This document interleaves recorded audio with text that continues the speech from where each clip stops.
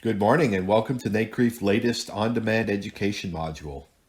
This will be the first in a series of discussions introducing NCREIF's Query Tool. NCREIF members may access the Query Tool from the member home site. Log on as you normally would and go to the member home page, where you may access the Query Tool by clicking on the right link labeled NCREIF Query Tool or the Query Tool link at the top of the screen. Using the property level cash flows from the contributing members, each quarter, NCREIF validates, processes, and transforms over 10,000 property income statements and balance sheets to compute the information available to the Query Tool.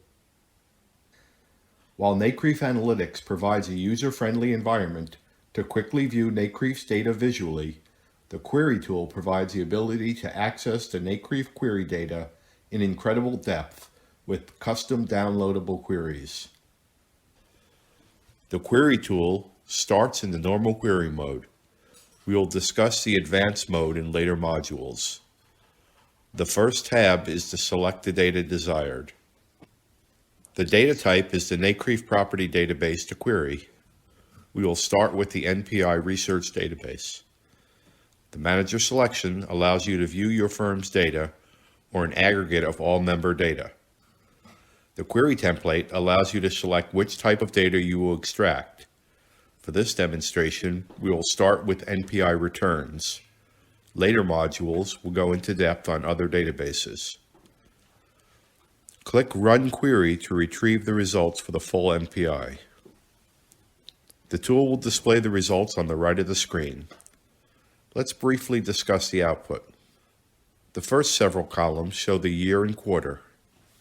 Each row is the aggregate of all properties in the NPI database. So for example, the first row is for the first quarter in 1978, where 233 properties were in the database. The next two columns come from the income statement.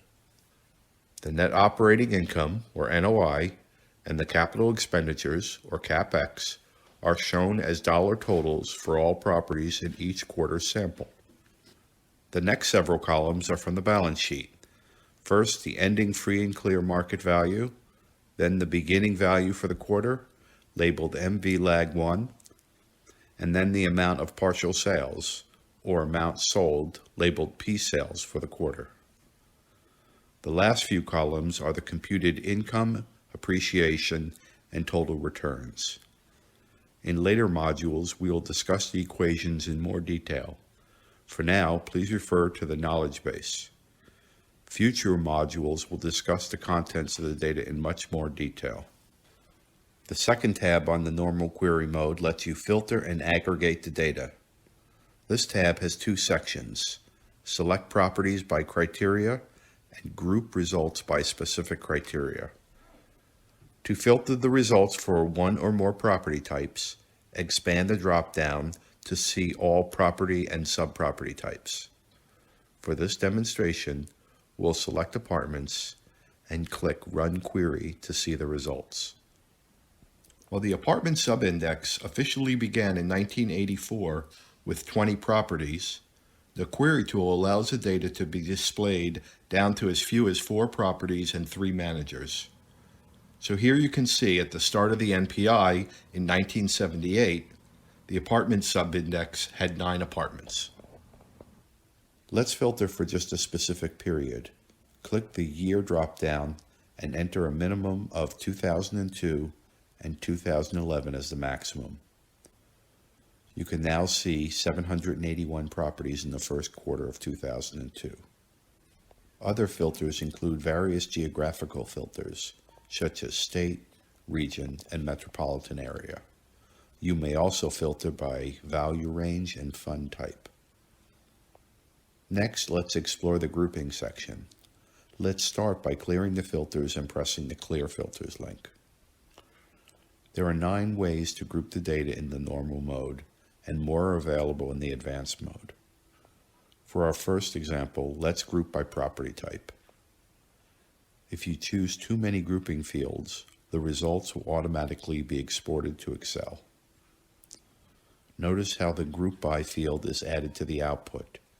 Now for 1978, we see 4 rows, one for each property type: A for apartments with 9 properties, I for industrial with 153 properties, O for office, and R for retail. Let's explore the data further in Excel.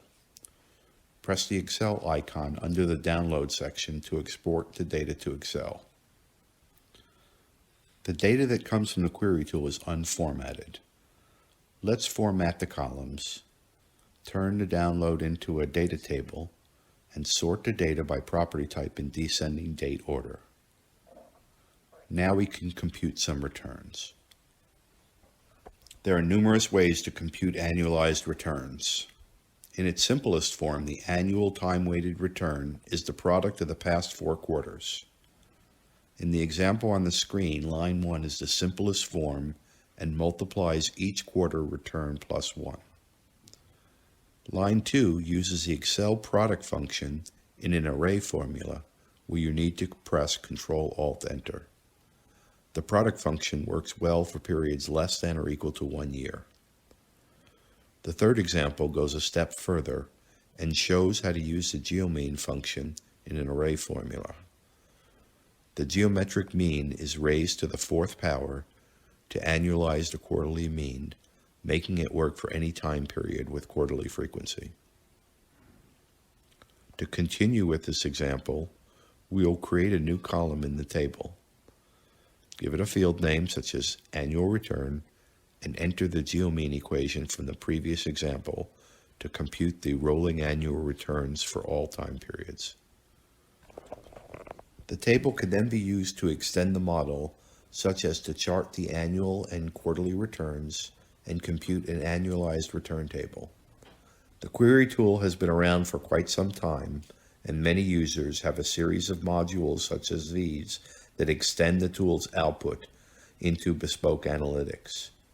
Future modules will discuss more of these advanced features, such as saving and editing queries and other NCREIF datasets.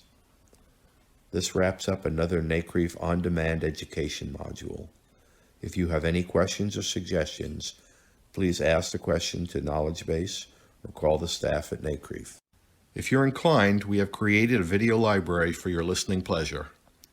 Till next time, this is Kevin Scherer signing off. Stay safe, my friends.